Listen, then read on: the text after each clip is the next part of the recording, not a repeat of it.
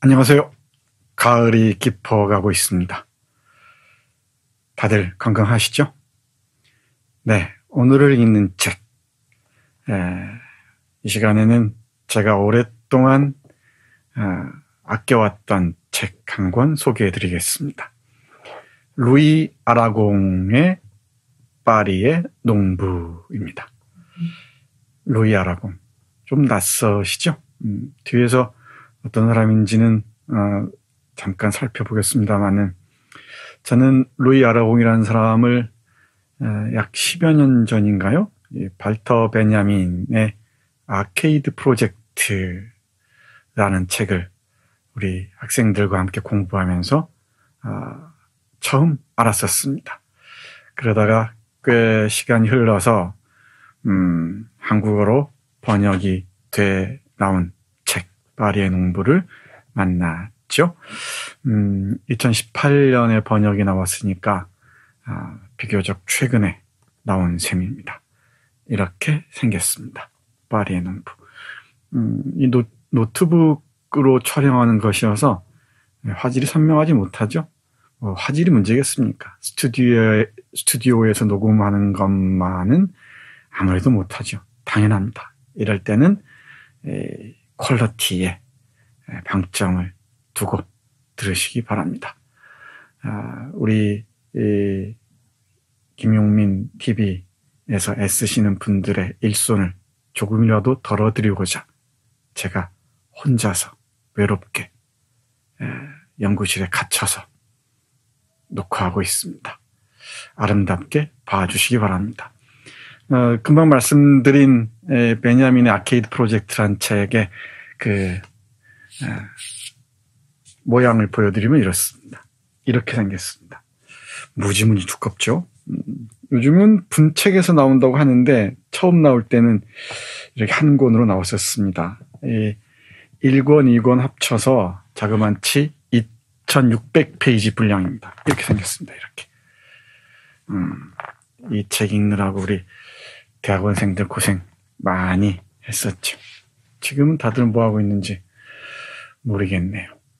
이 책에 루이 아라공의 파리의 농부가 보들레르의 악의 꽃과 함께 아주 핵심적으로 인용되어 있죠.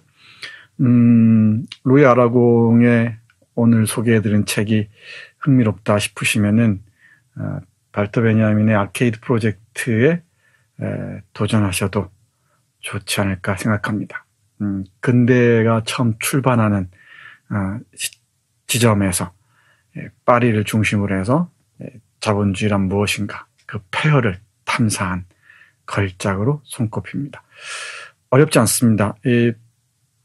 이것저것 모자이크식으로 모아놓은 책이어서 흥미진진하게 읽을 수 있습니다. 물론 안 읽으셔도 좋습니다. 일단 책이 무거워요. 그리고 비싸요.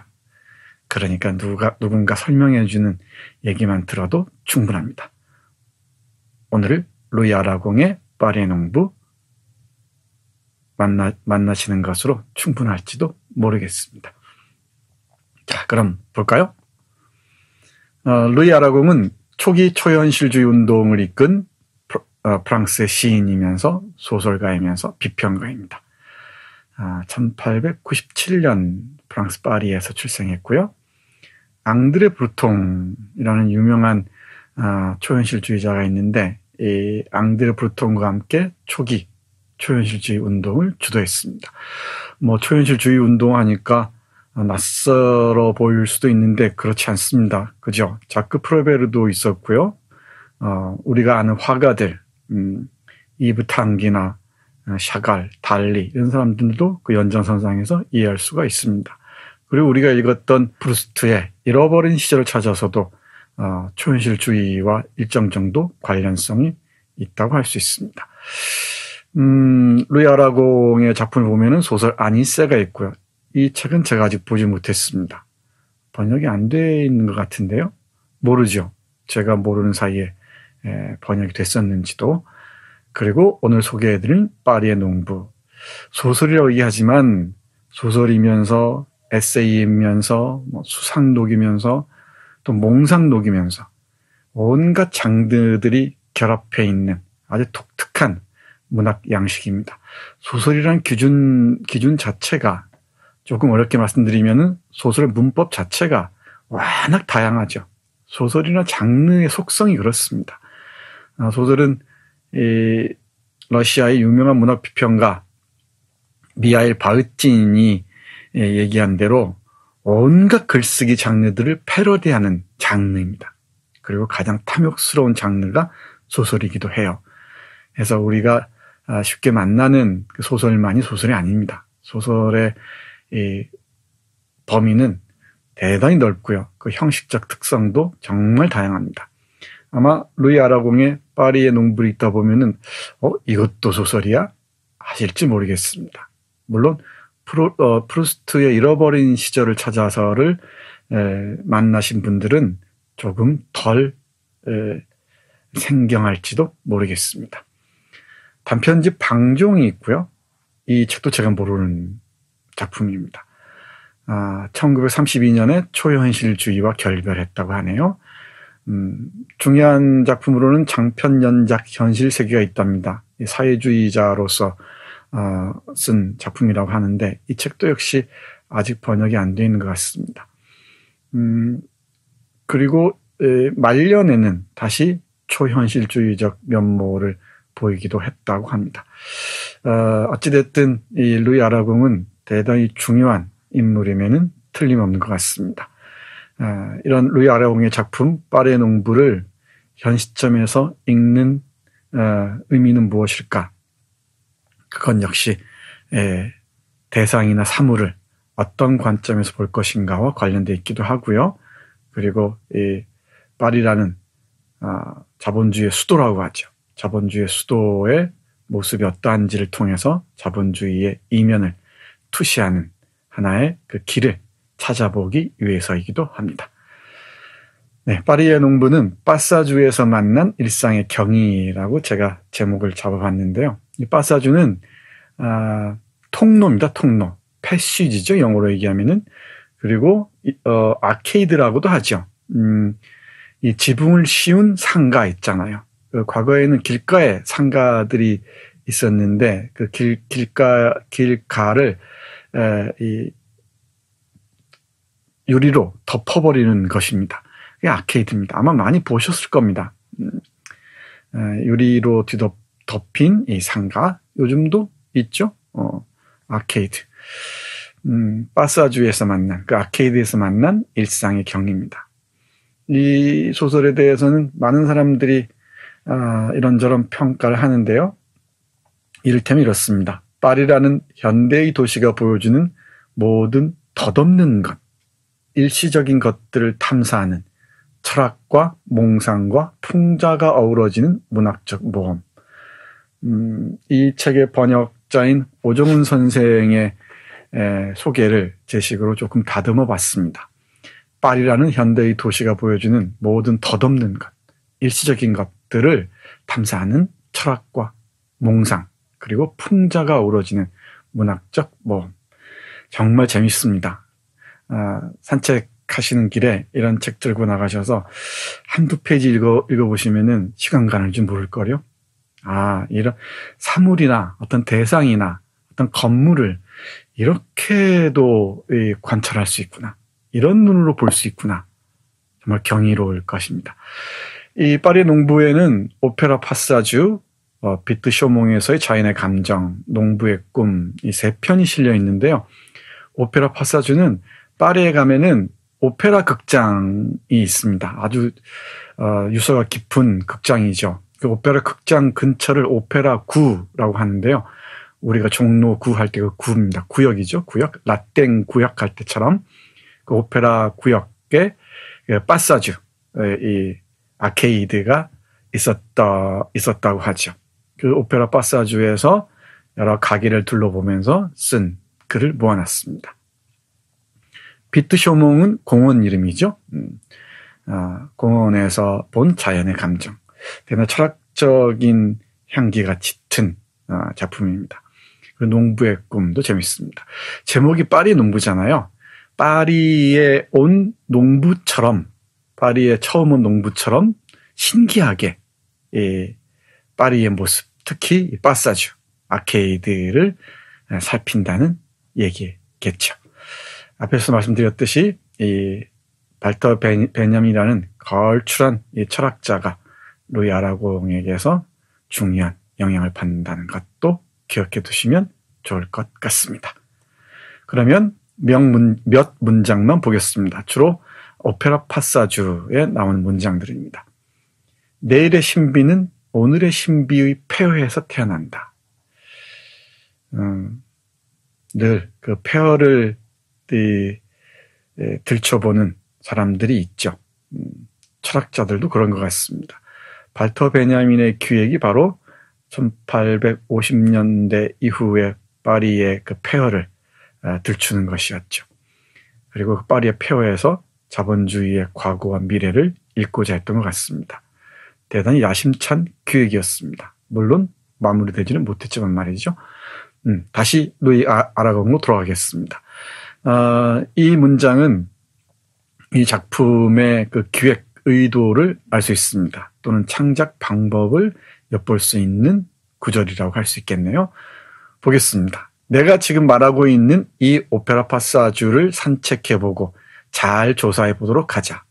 지하도가 2개 있는데 북쪽은 쇼샤 거리에 통하는 문이 하나만 열려 있으며 남쪽으로는 문이 2개 있어서 거기서 대로로 통하게 된다.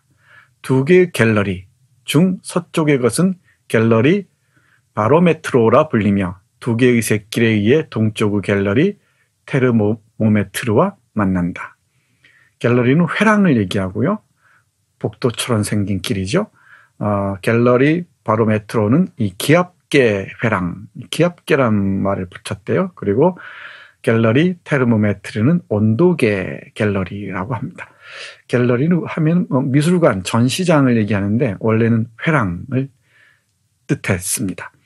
여기서 말하듯이 오페라 파사주, 그 상가를 산책하면서 잘 조사해 보자. 그러면은 오늘의 이 신비의 폐허에서 내일의 신비가 태어날 것이다. 내일의 모습을 읽을 수 있을 것이다. 폐허를 통해서 미래를 읽을 수 있다. 뭔가 섬찟하게 와닿지 않습니까? 과거의 폐허에 의해서 미래의 폐허도 읽을 수 있어야겠죠. 자, 다음 문장 또 보겠습니다. 그러면 이 지팡이 가게로 들어가 볼까요? 이 몽상이 대단합니다. 그리고 이 초현실주의 상상도 기가 막힙니다. 이 지팡이 가게를 들여다보는 이 문장이 꽤 길게 이어지는데 그 중에 일부만 보겠습니다. 지팡이를 팔고 있는 가게가 카페 뿌띠그리옹과 숙박업소 입구 사이에 있다. 훌륭한 판매원은 의심 많은 고객들에게 여러 다양하고 사치스러운 지팡이들을 제공하는데 이는 지팡이의 줄기와 손잡이 모두를 잘 사용하는 것을 보여주기 위함이다. 마치 총검류를 공간에 배치하는 듯한 묘기가 전개되고 있다. 아래쪽을 향하는 지팡이로 몇 개의 부채를 만들었고 위쪽의 지팡이는 X형으로 교차하고 있다. 오페라 파사주라는 거대한 바다, 거기에서 지팡이는 해초처럼 흔들리고 있다. 내가 아직도 마법과도 같은 황홀함에 빠져 있을 때 문득 다양한 진열창에서 인간의 모습을 한 형태가 헤엄치고 있다는 것을 알아챘다. 그 모습은 보통 키의 여성에 지나지 않았지만 난쟁이라는 인상은 전혀 주지 않았다. 그녀의 체구는 오히려 거리가 멀어서 조그맣게 보이는 듯 했고 그 인물은 창유리 바로 뒤에서 움직이고 있었다. 그녀의 머리카락이 뒤로 날렸고 손가락이 때때로 지팡이 중 하나를 꽉 움켜 잡았다. 상상력이 어떻게 전개되는지 조금 감이 잡히십니까? 쇼윈도 밖에서 유리창을 통해서, 그러니까 가게 안을 들여다보고 있는 모양이죠. 판매원이 지팡이를 들고 여러 포즈를 취하고 있습니다. 부채꼴도 만들어 보이고 X형으로 교차해 보이기도 하고요. 근데 이게 마치 바다처럼 보이는 거예요. 이 지팡이는 해초처럼 흔들리고요. 그러다 보니까 이 사이렌처럼 누군가 어떤 여성이 지나가는 게 보이죠. 신화 속의 여성이. 아마 그건 거리를 지나가는 한 여성이 유리에 비친 모습이 아니었을까 싶기도 합니다. 여러분의 상상에 맡기겠습니다. 바로 상상력이 관건이죠. 가게를 들여다보면서 저 신화의 시대로 거슬러 올라가는 이 상상력들 보십시오. 그리고 이 초현실주의적 몽상도 한번 눈여겨보십시오. 대단히 재밌습니다. 자, 다음은 어느 가게로 가볼까요? 미용실입니다. 미용실. 저도 가끔 미용실에서 머리를 합니다만은, 미용실에 가면은 참 온갖 그 기구들이 있죠. 그 기구들을 보고 어떤 상상을 하는지 궁금하시죠? 20세기 초반이니까 지금과는 조금 다를 텐데, 여러 그 상상을 펼칠 수는 있습니다. 우리 루이 아라공은 미용실에서 이런 풍경을 발견합니다. 미용실에는 제각각의 꼴을 한 현대 야수들이 작은 헤어드라이어의 먹이가 되고 있는 인간의 암컷을 노린다. 뱀 같은 목을 내놓은 헤어드라이어, 요염한 눈초리로 보라색의 빛의 눈길을 보내는 파이프, 한여름의 입김을 내뿜는 증기장치, 이 밖에 곧 이빨로 물어뜯을 자세를 취하는 온갖 기계들, 언젠가 날뛰기 시작할지 모르는 온갖 강철의 노예, 그러나 가게 앞에 진열된 망령들, 즉 지금의 유행에서 의상을 벗기고 엄지로 변한 흔적이 피부에 남을 만한 납인형에 대해서는 말하지 않겠다. 그나저나 저렇게 묶고 있던 머리에 손질을 하고 있는 저 여자와 도대체 어디에서 만났을까? 그러나 바로 거미줄이 그녀를 가리기 전에 살짝 그녀의 어깨가 보였다. 다음은 큰 밤색의 곤충 아래로 그녀의 머리가 사라졌다. 잠자리 한 마리가 벨트의 조금 아래에서 꿀을 뒤지고 있다. 여자의 손이 외국 함선의 모피 장갑, 운모를 박은 회색의 백과 장난을 친다. 그리고 그녀의 걸음은 마치 웃음과 같다. 문에 다가갔을 때 입장식에 덫에 걸린 다리가 보였다. 그리고 금색의 다리. 나는 또 자문했다. 도대체 누구야? 이 스펀지 같은 여자는. 미용실에서 본 풍경입니다. 가게 앞에 진열된 망령들이라는 게 뭔지 알겠죠? 마네킹을 의미하는 것 같죠? 그리고 그녀의 걸음은 마치 웃음과 같다고 말합니다. 그리고 문에 다가갔을 때 입 장식에 덫에 걸린 다리가 보였다고 하네요. 아마 그 문 쪽에 잎으로 뭔가를 장식해 놓은 모양이죠. 그쯤에 다리가 놓인 것 같습니다. 그 모습을 입 장식에 덫에 걸린 다리라고 합니다. 저는 이 문장을 읽으면서 이상의 시가 떠올랐습니다. 제목이 정확한지 모르고 있는데 마가쟁 드 노보떼인가요? 하는 작품입니다. 백화점을 배경으로 한 시인데요. 좀 난해한 시로 알려져 있습니다만은 그 작품이 루이 아라공의 이 오페라 파사주에서 파리 농부에 실려있는 오페라 파사주에서 미용실 이 부분과 딱 겹치는 것 같았어요. 그리고 이상도 이 초현실주의적 그 감수성을 갖고 있었죠. 네, 충분히 연관성이 있을 것 같다는 느낌입니다. 감이 탁 옵니다. 자, 다음 가게로 가보겠습니다. 여러분들이 한 문장 한 문장 감상을 해보세요. 그리고 미장원에 가셨을 때 이 관련 부분 읽어보시면서 이 루이 아라공이라면은 머리를 말린다고 하나요? 뭐 데핀다고 하나요? 뭐라고 합니까? 이 파마할 때 뒤집어 쓰는 뭐 이렇게 둥근 걸 뭐라고 하죠? 거기 머리를 이렇게 넣고 오랫동안 그게 지지는 건가요? 그걸 뭐라고 할지, 또는 드라이어를 뭐라고 표현할지, 또 온갖 기구들이 다 있지 않습니까? 그걸 뭐라고 표현했을지 한 번쯤 몽상을 펼쳐보시기 바랍니다. 네, 다음 가게로 가보죠. 공중목욕탕에서입니다. 또 공중목욕탕에 가면은 온갖 상념이 떠오르게 마련이죠. 제2제정 시기에 루이 나폴레옹이 파리 시민들의 위생을 위해서 공중목욕탕을 만들었었죠. 뭐 상세한 얘기는 하지 않겠습니다만은, 자, 보겠습니다. 사람들의 정신에서 목욕탕과 육체적 쾌락 사이에는 대단히 밀접한 관계가 있다.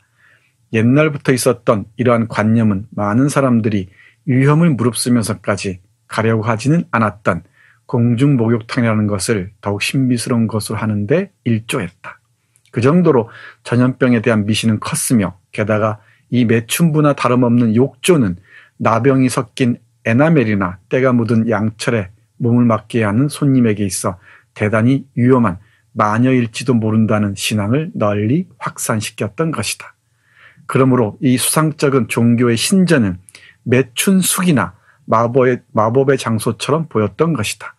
경험이 없는 통행인이 건물의 일부를 본 정도로는 이 불규칙한 건물에 대한 의문은 쉽게 풀리지 않는다. 건물의 정면에는 그저 목욕탕이라고 쓰여 있을 뿐이다. 하지만 이 문구는 무한의 음계에 걸치는 진정한 기호들, 모든 쾌락, 육체에 대한 모든 저주를 숨기고 있다. 하지만 그렇다는 것을 누가 알 것인가? 그리고 좋은 책이라기보다는 흥미진진한 재밌는 책들이 많이 있죠. 예컨대 목욕탕의 문화사, 이런 책들이 있습니다. 목욕탕에 얽힌 이야기가 얼마나 많겠습니까? 동서고금을 막론하고요. 로마에서부터 시작해서 일본의 목욕 문화, 뭐 우리도 마찬가지죠. 한국의 찜질방 문화까지.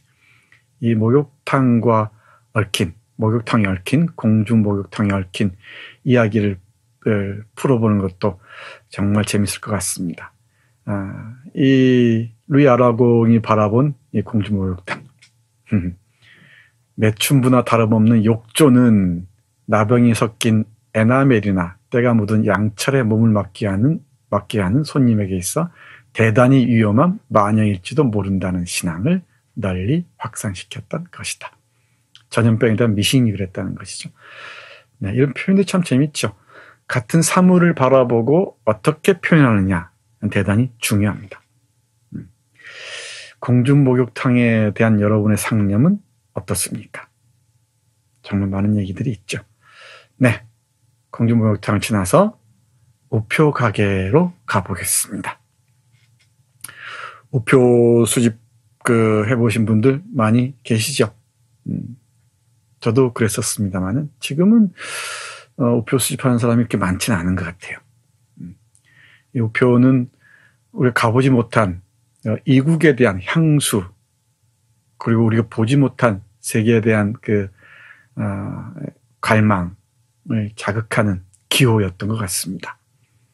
루이 아라공도 그랬던 것 같네요. 볼까요? 우표 수집. 너는 참으로 이상한 여신. 약간 미친 데가 있는 요정이다. 마법의 숲에서 엄지대왕도 파란 새도 빨간 두건도 늑대도 모두 잠들어 버렸기 때문에 아이들이 어쩔 수 없이 숲에서 나오면 내가 그 손을 잡게 되어 있다. 동화의 세계에서 빠져나오면은 우표가 그 손을 잡게 되어 있다는 얘기죠. 아이들의 손을 말이죠. 그리고 너는 주일 베르느를 스스로 예증하는 것처럼 색이 든 종이 날개를 바람에 휘날리게 하면서 아직 항해를 할 준비가 안 된 마음을 바다 넘어 저 멀리로 데리고 가는 것이다. 두건이 달린 하얀 아라비아 외투가 단봉 낙타 위에 올라타고 세피아색 땅 위를 앞으로 나아가는 빨간색의 테두리가 있는 작은 장방형의 우표를 앞에 두고 나처럼 회교국 군주를 떠올린 적이 있는 사람이라면 그 암시만으로도 내가 말하는 것을 알 것이다. 타원형의 틀 안에서 붙잡힌 몸이 된 브라질 황제라든가 니아살랜드의 얼룩말이나 오스트레일리아의 백조나 보랏빛이 미국 대륙을 발견하는 크리스토프 콜럼부스에 익숙한 사람들이라면 내가 말하는 것을 바로 이해할 것이다.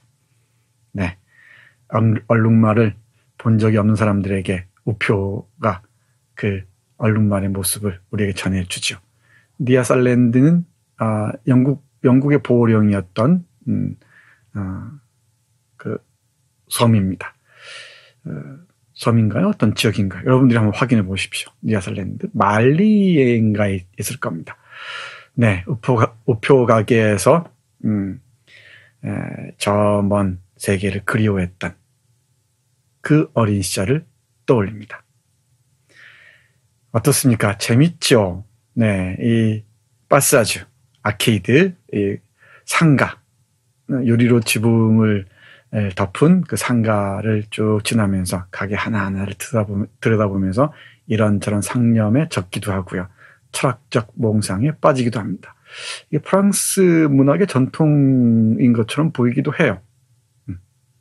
18세기 말 우리 볼테르나 디드로의 그 철학적 소설이나 그 몽테뉴의 이 수상록들과 관련 지어서 생각하시면은 금방 그림이 그려질 겁니다.